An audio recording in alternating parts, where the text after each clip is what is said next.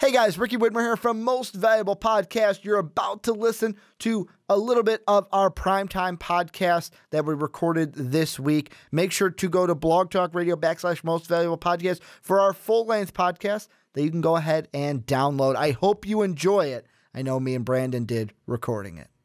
All right, Ricky, and we are going to start the final segment of the podcast tonight, and we are talking about Gonzaga. And Gonzaga, they are number one in the rankings for the just second time in school history. 22-0. 22-0. They jumped from 3 to 1. And Ricky, this team right now, absolutely something special. But at 22-0, do the Gonzaga Bulldogs deserve to be the number one team in the nation? Oh, I think they deserve it. I mean, whenever you can at this point go winless into, well, basically almost to February, then you deserve to be number one. The only thing I think of when you brought up this topic and I was like, oh, we're going to talk about Gonzaga, is I just think to myself, I'm like, you know what? Their biggest knock is that they just play in a weak conference. And I mean, the WAC, or the WCC, pardon me, not the WAC, the quack. I guess that's how it sounded. I'm not a wordsmith. The WCC clearly it's just not as strong as like an ACC, a Power 5 kind of conference. And when you look at them this season, though, they have some reason to say, hey, no, we deserve to be at this table, because when I look at their schedule, the last 12 games and their upcoming games, their last 12 is obviously all wins, but it's their conference: South Dakota, Pepperdine, Pacific, San Francisco, Loyola Marymount, St. Mary's, Santa Clara, Portland, San Diego, Pepperdine. Are those, like, besides St. Mary's, are those teams that you go, man, can't wait for Gonzaga to whoop on that team? But to me, really, you look at their RPI top 50, and that's what really does it for them. I mean, they beat Florida, who has an RPI of 9 at the time, 77-72. They beat Iowa State by 2. They beat Arizona. That's a really good win. I mean, Akron, lower half of the top 50, so not the strongest, but they blew them out 61-43. They go ahead and beat Tennessee by 10, and then they beat St. Mary's 3 days before my birthday. And obviously you're saying, well, Ricky, they don't have any top 50 losses because they're undefeated, but I think Gonzaga's done enough just in those top 50 wins to have the number one ranking. And right now, I would say they are the best team in college basketball. The only question that I have is, can they keep this up in the tournament and make a run and go all the way? Can they do it? Well, Ricky, we saw him last year. Oh, we saw him live last year. It was a great game, too. I mean, like, whoever won that game earned it. They earned it. We got to see Sabonis, Dave's favorite player, who's now in the NBA. We also got to see Wilcher, who was on that team, go up against Malachi Richardson and Syracuse. And, oh, that was a good game. It was a great game. One of the Syracuse players lost his shoe that game. That was the game he lost his shoe. So we got to see that live at the UC here in Chicago. It was a lot of fun, but I mean, we saw what Gonzaga was able to do last season. Obviously, they're different this year. I think they're better, but I think that when you went through already their 4 wins against the top 50. Oh, it's more than 4. 1, 2, 3, 4, 6 wins. I'm talking they're the good ones. Yeah. I'm talking Florida, ISU, Arizona, and then St. Mary's. You're not gonna throw Tennessee in there? No. At 42 RPI? No, absolutely not. So, but I'm looking at Florida right now, and I'm looking at Arizona. I think Florida is a much underrated team. I think they're a much better team than people would give them credit for. I think they're like a 16-5 team that actually can do some damage. Arizona is very good, and I think that people cannot forget how good Arizona is, and that Gonzaga beat them. And you have to take a look at St. Mary's too. St. Mary's, they're 19-2, I believe. Yes, they are. I'm not making that up. That's really the team that gives, like, if Gonzaga's going to have an arch enemy in their conference, it's St. Mary's. Gonzaga, honestly, if you take a look at the rest of their schedule, If you take a look at the rest of their schedule, the only other ranked team that they play is St. Mary's. So if they don't lose to St. Mary's, they may not lose again in the regular season. They may have an undefeated regular season going into their tournament. And I think that Gonzaga is primed to have a great run. Honestly, I think primed to have a great run in the tournament because they haven't had a ton of wins against, the number 2 team, the number 3 team, the number 4, but they have had some really good opponents sprinkled into their schedule, throughout their schedule, and they have handled them all. Not blowing them out, but they have handled them all, and they've been able to face them head on. And I think that Gonzaga, they know they've been in this position before. They've been in this position before at number 1 for the second time. 2013 was the last time. I think they're primed for this right now. I think that they're absolutely primed for this. I think that they probably understand that a lot of people look at them as how you and I could look at them. As, they don't have a whole lot of good teams that they play. They don't have a whole lot of good teams in their conference. Their conference, really, no one knows what that is. Ricky thought it was the WAC. It's the WAC. And yeah, I don't know. I don't know if you can phonetically say it. I guess we'll just call it the West Coast Conference. I just think that they get lost and people forget about them because they talk about the Dukes, the North Carolinas. Plus, they are a West Coast team. The teams like that, they get lost. And even UCLA. I mean, UCLA is on the map this year, but I think in the past, those types of teams have gotten lost. And Gonzaga is making a statement. They've made a statement. They're number 1 right now. And I think that this team really is primed to make a run in the tournament, a nice run. I'm going to bring back some history. You guys know me. I'm very superstitious, and I think that history, I really believe in the phrase that history repeats itself. And more importantly, the one, if we don't learn from our history, we're doomed to repeat it. And look at you, Mr. Historian. If I'm going off of that, Gonzaga fans, run to the hills. Run to the hills because you're losing in the second round. Because the last time you were number 1, you said, what was that, 2013? 2013, yeah. 2012, 2013, or 2013, 2014? 2013. Okay. So if we're going off of that season, you're losing the second round. Because that was the year the national championship was Louisville, Michigan. That was the year Wichita State made it to the Final Four, lost to Louisville. Who beat Gonzaga in the second round? I'll give you a hint. I just said them. Who beat them? Wichita State. Wichita State, the 76-70. That was the 9 over the 1.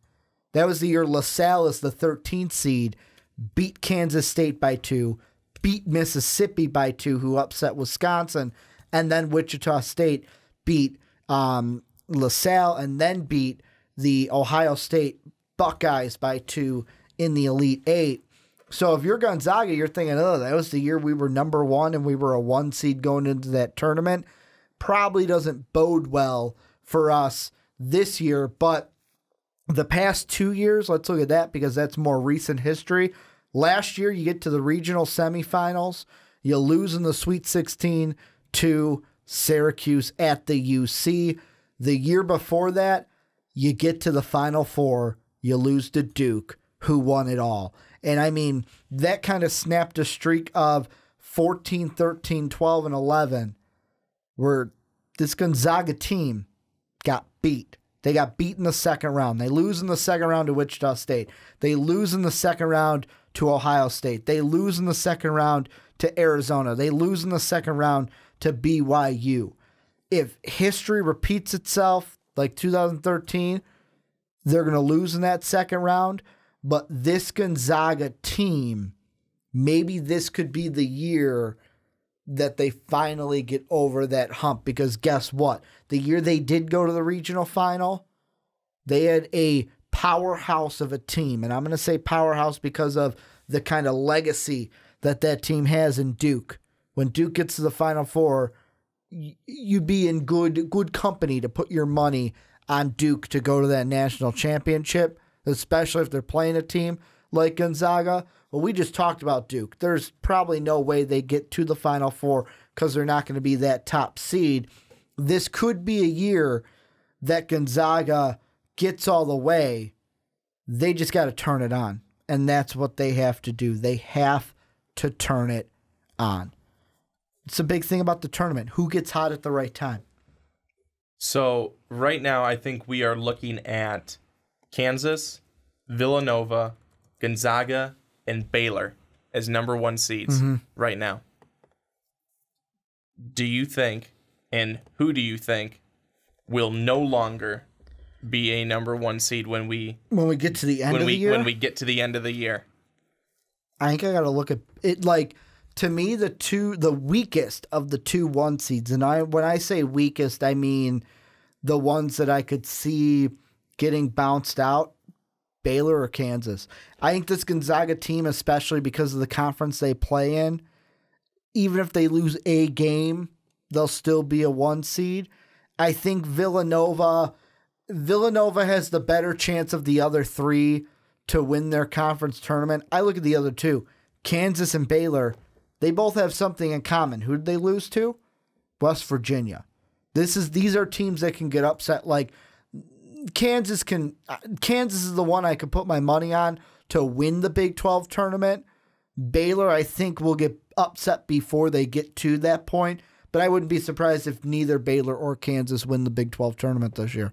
So I think it's going to come down between Baylor and Kansas. And if one of those teams want to be a 1 seed, they have to win their conference tournament, because I'll put it this way, if neither of those teams win their conference tournament, then looking at the 2 seeds, North Carolina, if they win their tournament, could be a 2 seed. Kentucky, if they win the SEC.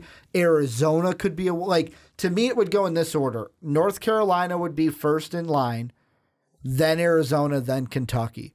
But it's like this thin, like really marginal thin lines between those 3. Oh, and I can't forget Louisville, who's also a 2 seed right now in Joe Lunardi's bracket. So there are going to be teams chomping at the bit to get a 1 seed this year in the tournament. Ricky, another thing I wanted to bring up really quickly was that in points per game, Gonzaga 13th with just over 85 points per game, and then points allowed per game, they are 9th in points allowed per game with just over 61. So the team is playing defense. Wow, something we don't see in the NBA anymore. It is really nice to be able to see that they are winning based on being able to play defense, being able to do things like that. So I would just absolutely have to say Gonzaga, I think, deserves all the credit for being a number 1 team. I think they are absolutely legit. And the one thing I want to correct myself on, because I know someone already did it in the comment section, 2015, I said Final Four, I meant Elite 8. They lost to Duke. Gonzaga has never made it to, well, I'm looking back since 95, have never made it to the Final Four. So that would be something that would be a first for them. They've made it to the Elite 8 1, 2, I want to say 3 times, and each time they lost to Connecticut in 1999. And then, no, only 2. It was Duke and then Connecticut are the only times they've even made it to the Elite 8 since 95. So even making it that far would be a big feat for this Gonzaga team. But if they're a 1 seed, maybe they can make it to the Final Four this year and do some damage in the actual fucking Final Four. Well, Ricky, we are going to wrap it up. Any final thoughts that you have about Gonzaga? Oh, well, is it just for Gonzaga or overall? So just Gonzaga, my final thoughts? Just Gonzaga, okay. Duke, whoever you have a final thought about. With Gonzaga, I think it's just, you know what? They just got to take it one game at a time. Don't let the number 1 seed get to your head. Coach Few, great coach, has had this program going and has them on the right foot to where if they just get the job done, they'll be a 1 seed in the tournament. And now final thoughts for anything else? Well, hey, usually it's you that gets to give your final thoughts. Oh, trust me, I still am going to give my final thoughts. Well, I want your final thoughts, too. We can't miss Swanee's final thoughts. But no, with my final thoughts, I just want to take a nod back to the first segment we've talked about today on the podcast. And it's one of those things where it makes me sick to my stomach that something like that is happening. I hope it makes you sick to your stomach as well, and I just hope that something happens at Baylor that is actually going to change the problem, and we're not just going to sit here and brush things under the rug like we've been doing for the past however long this has been going on, because I haven't been involved in it. I don't even know when it started. Ricky, I completely agree. My final thoughts are much, much less serious. I was just going to say I'm very excited for the Super Bowl this weekend. The Super Bowl. I am very excited for the Super Bowl this weekend, and I absolutely love the Super Bowl because you're able to get together with friends. You're able to eat some finger food, some sandwiches. I love those little sandwiches that you get in the meat and cheese trays. Those are just on point. And buffalo chicken dip. One of my friends always makes it. It's absolutely outstanding, delicious. If you have never had it before, you've got to be able to you've got to make it or have someone else make it, and then you try it. Well, the thing I was going to say, you usually know what the Super Bowl means, and off camera you can't see him. He's sitting right over here as Mark Weber. The week after the Super Bowl, it's Onside Kick podcast anniversary. So we just had this past week the Fast Break podcast anniversary. Next week after the Super Bowl, we're going to have the Onside Kick podcast anniversary, and then ours is in June, big guy. How many years have we done this? And this is the first time you've actually hosted the Primetime Podcast as well. We gotta give it up for Brandon. First time hosting the Primetime Podcast. Oh, geez. Well, I've never wanted to take away the thing that you love doing so much, which is sitting on this side of the table. I just love doing the podcast with you, big guy. Oh, that is just too sweet. Well, thank you everyone for tuning in, and we absolutely appreciate it. It has been a lot of fun. I'm not going to be on this side every week. I'm going to switch back over to that side. Ricky's going to get his chair back, where he can have all the fun and all the power and all the control. So, Ricky, if there's anything else that you'd like to say, or anything else that you'd like to say to the viewers. I just want to thank you guys for watching. Thank you guys for listening. Go ahead, hit that subscribe button down below, and let us know what you thought about anything we talked about today. Did you see what I did? I didn't know exactly what I was going to say, so I threw it to Ricky because he knows exactly what he's going to say. I got you to back, wrap big it up. guy. For Ricky Widmer and Brandon Swanson saying so long, but keep it right here on MVP because we always have good content each and every day. So long, everybody. Well, thank you guys for checking out this video from the Primetime Podcast. If you want to check out more, click right over here. The video's right over here. Check it out. Check it out.